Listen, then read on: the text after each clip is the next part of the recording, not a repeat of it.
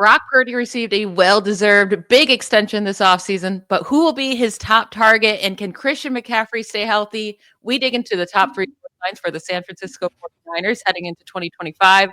Today's episode of Locked On Fantasy Football.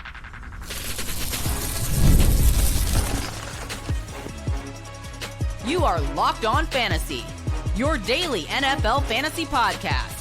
Part of the Locked On Podcast Network, your team every day. Welcome into the Locked On Fantasy Football podcast. I am one of your co-hosts, Michelle Magdziuk, and when I'm not doing this, I'm a researcher and fantasy analyst with NFL Network. And I'm your other co-host, Vinnie Iyer. When I'm not doing this, I'm writing about NFL fantasy and betting for sportingnews.com. Today, we are going to dig into the top three storylines for the San Francisco 49ers heading into this season. And there's a lot of question marks with this team. They did finally get the Brock Purdy extension done. He is locked in for many, many years for a lot of money. So he has to feel comfortable that, he is the guy there for a long time. But with Brandon Aiyuk dealing with a pretty severe knee injury, we don't know when he'll be back. They trade away Deebo Samuel. George Kittle just never gets the targets we want him to have. Who will be Brock Purdy's number one target this year is what we have to figure out. And then, of course, the biggest question mark going into the season is, can Christian McCaffrey stay healthy? Because we know when he's healthy, he is an amazing elite fantasy asset. And right now, let's just dig into Christian McCaffrey right off the bat here, because right now he's sitting at running back 7 in consensus rankings, behind only Bijan Robinson, Saquon Barkley, Jahmyr Gibbs, Ashton Jeanty, Derrick Henry, and Devin Achane. But last year, he only got to play 4 games, right? And in those 4 games, it's not like he was thriving. The first 2 games were solid, but he didn't score any touchdowns. And then he got injured again with the PCL injury. Are you worried about Christian McCaffrey this year? He'll turn 29 years old this weekend. Is the age and health a concern for you at his running back 7 cost? Yeah, I think it is definitely a concern. The wear and tear is there. He's had a lot of volume since he came to the league with the Panthers. It's continued with the 49ers. Again, you can't totally weigh this because we know that he's rebounded from major injuries before, right when we were about to write him off, and could he stay healthy? Now he's got a shot. Outside shot if he can get another healthy season or two at just securing like a Hall of Fame spot because of how elite he has been when he's on the field, and when he's healthy, he's been fantastic. So I think it's a high risk, high reward type of situation right now. I mean, you just have to consider that. And it could happen to anybody, right? Saquon Barkley has also had a history of injuries. He could break down here. You might say, okay, these younger backs, Bijan Robinson, Jahmyr Gibbs, Ashton Jeanty, they got fresher legs. They can go that direction. Or you look at Derrick Henry, who doesn't seem to be fazed by anything, the new Adrian Peterson, where he's just going to plow through. So there is definitely something you can consider there in the durability that you go with. And the other problem with McCaffrey right now is we're still trying to figure out exactly how things are going to play out with his backup situation as well. So, I mean, that's a problem, right? Where you don't have that surefire handcuff that you have with Jordan Mason right now. Isaac Guerendo would seem to be the guy, right? I mean, at this stage, and if you trust Isaac Guerendo and take him later, be like, okay, then we might be able to risk McCaffrey, know that Guerendo is going to be a good plug and play that you can look at that maybe hopefully like the Mason or the Elijah Mitchell type, right? So you need to make sure that you think about that. If you take Christian McCaffrey, it's almost a must draft pick later to get Isaac Guerendo, and you might have to take him a few rounds earlier than where his ranking is to make sure someone else doesn't benefit if McCaffrey goes down. So again, he's worth the risk, but you just have to make sure you protect your investment. And then I look at Guerendo, this run blocking scheme, everything that is going on with the 49ers, they're going to give you a high floor with that running back no matter what. So you just have to expect that.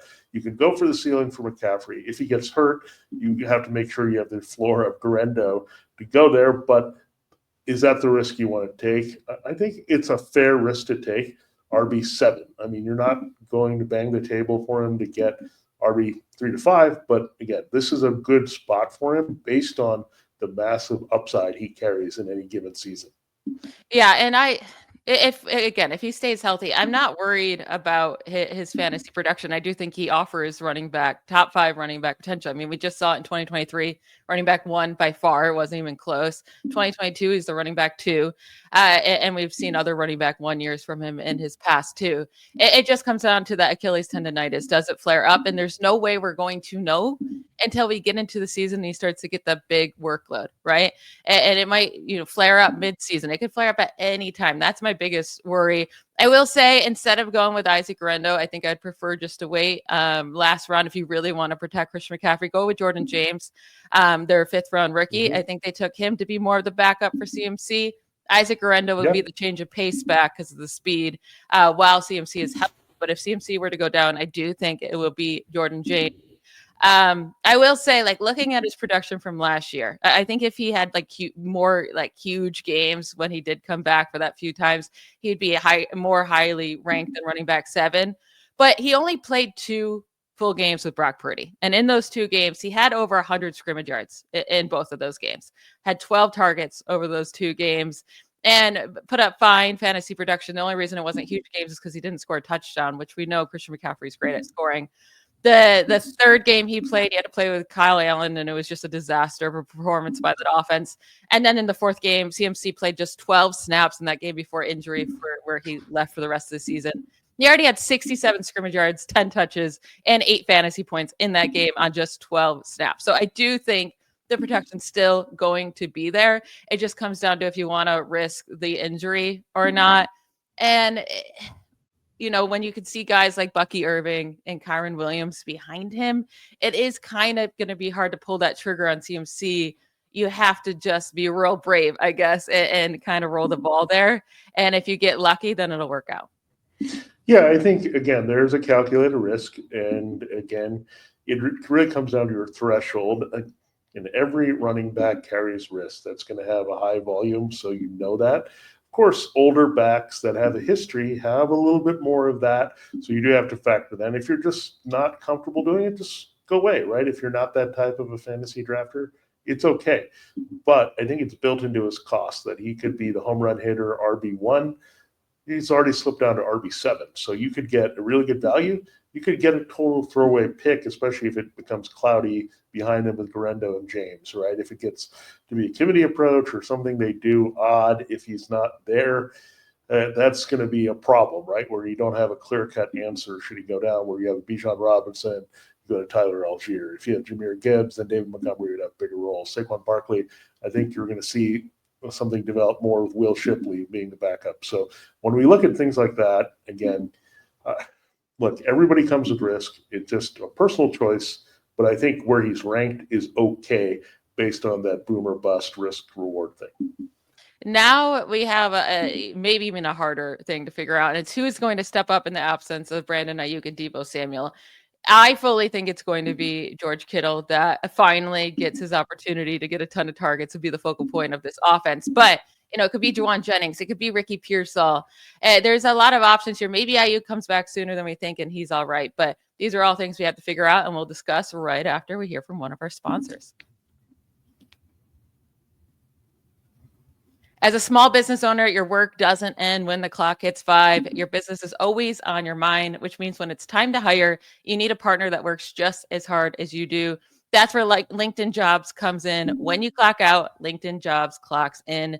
LinkedIn makes it easy to post your job for free, share it with your network, and get qualified candidates all in one place. Their Post Your Job function is their new feature that can help you write job descriptions and then quickly get your job in front of the right people with deep candidate insight. And here's a pro tip. Add the hashtag hiring frame to your profile picture to double your reach to qualified candidates.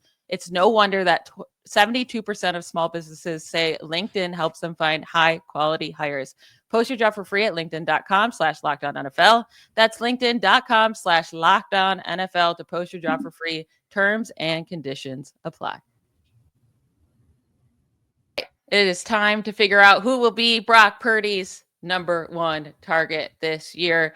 We have Brandon Aiyuk actually as the most expensive wide receiver coming off draft boards in 2025 at wide receiver 39. That is shocking to me, only for the fact that it was such a bad knee injury. It happened in week 7. He tore not only his ACL, but MCL, and I'm pretty sure some other like LCL, like all the CLs he tore. It was bad, and he's not expected back to start the year. I do think this could be one of those where we don't see him back until week 10, week 11. Like it might go deep into the year.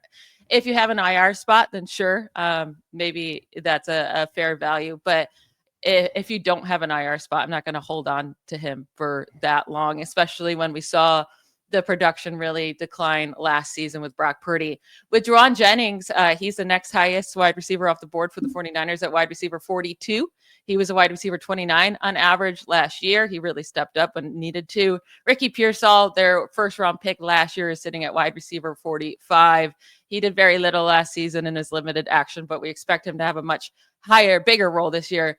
And then George Kittle is at tight end 3 cost when he was a tight end 1 on average scoring last season. We're going to talk about Kittle because I absolutely love him. But first, Vinny, what are your thoughts on these wide receivers? If you're going to take a shot on one of these guys, who would it be? Well, we have a lot of vacated targets from the 49ers last year. We have 94 from the wide receivers, and a lot of that we know is Deebo Samuel. And look, he was the wide receiver 50, so it's not like you were getting a lot. This is the average scoring in half-point PPR, so not a lot there. And Brandon Aiyuk wasn't all that great either when he was healthy. He was wide receiver 62 in very limited action. That actually tied Ricky Pearsall's number, which is kind of interesting here with the scoring. And then the other thing you look at is Juwan Jennings was sneakily a wide receiver 3 at wide receiver 29, tied with Jerry Jeudy. So Jennings definitely was the biggest beneficiary of Samuel kind of fading and then headed to his release, and then Aiyuk, of course, going down with a major knee injury, because I think the key thing is they like Jennings as a key target for Brock Purdy. And really, the chemistry is there with Purdy and Jennings, and then Purdy and George Kittle, we know it's off the charts.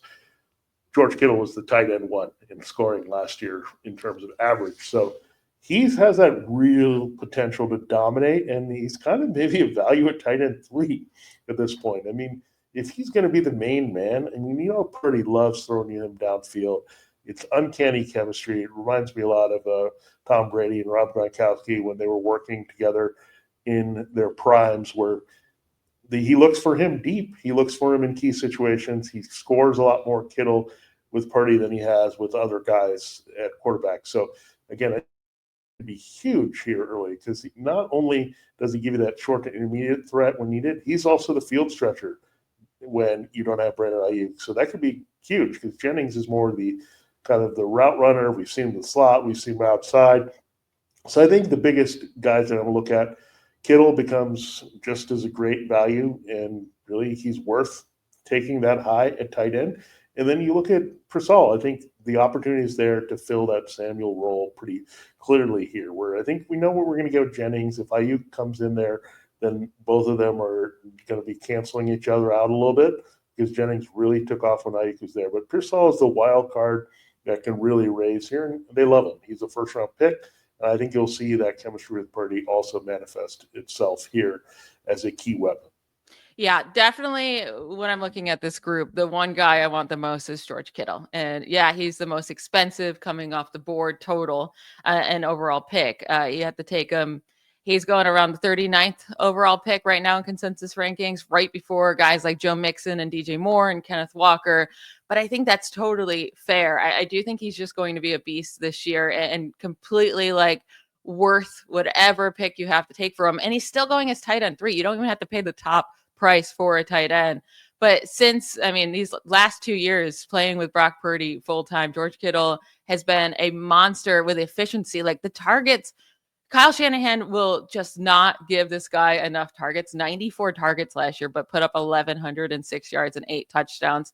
And he just averages so many yards per reception since 2023 over these last 2 years. He's averaging 14.9 yards per reception. Most among tight ends by so much, but also 4th in the NFL among guys with at least 125 receptions during that time. This is the list. DK Metcalf averages the most, then Nico Collins, then Justin Jefferson, then George Kittle, and right after him is Mike Evans. Like those 4 wide receivers are just big play wide receiver machines. And then you add in George Kittle, his downfield receiving yards. He has 300 more downfield receiving yards over the last 2 seasons than any other tight end. Travis Kelce is next, but a good 350 yards behind him, with then Sam Laporta after that. So it's not even like you have to depend on these targets to be super high for George Kittle to come through at his cost. But they should be much higher this year for Kittle. Kittle only having 94 targets, it should just not be a thing. I fully expect him to get 120 next year. Like, that's just right off the bat. But with how desperate they are for like a top guy to really shine, I do think it's Kittle that will be the top target guy. Now, the next one that you mentioned, you were high on Ricky Pearsall. I am as well. First round pick last year, got shot in the chest right before the season, didn't get to play till week 7. Comes in cold as a rookie, and Shanahan historically just does not give rookies a chance.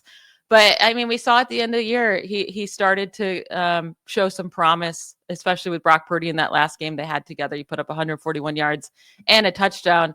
I think Ricky Pearsall steps in as that wide receiver 1 for this team, and is actually the better, like, higher ceiling guy than going with Juwan Jennings.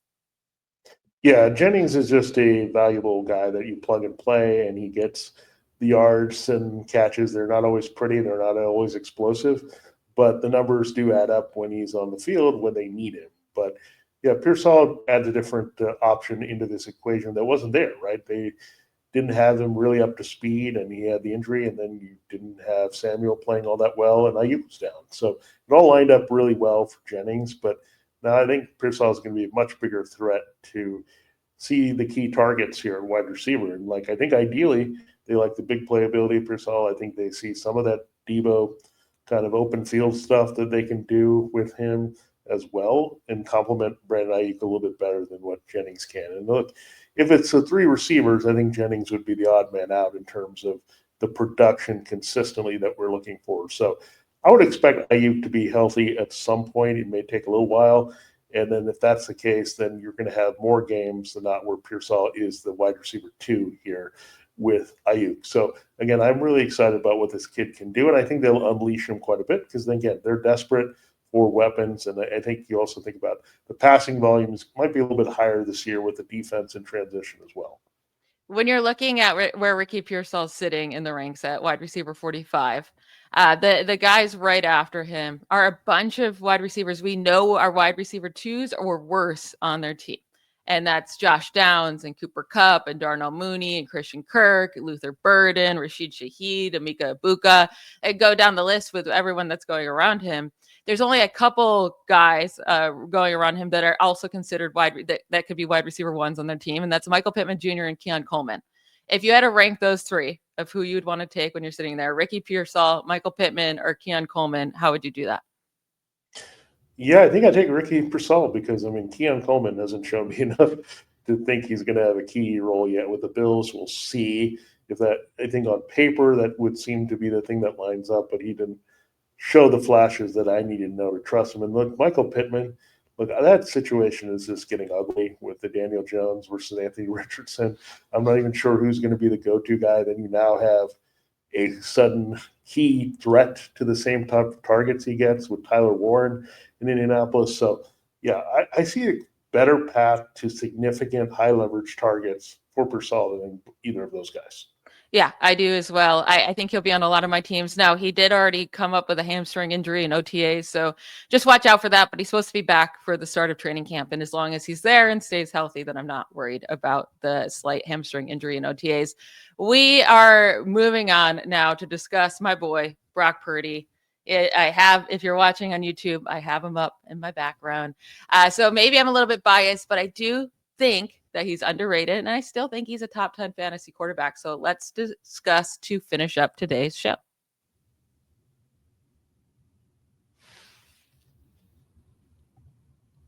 Before we discuss Brock Purdy, my man, I want to thank everyone for making Locked On Fantasy Football your first listen today. For your second listen, check out the Locked On NFL Scouting. The NFL draft is over, but the roster moves and news never stop. Host Kyle Krabs and Joe Marino will make you the most informed NFL fan this offseason. Find Locked On NFL Scouting on YouTube or wherever you listen to podcasts. All right, Brock Purdy right now is sitting as quarterback 14 in the consensus rankings.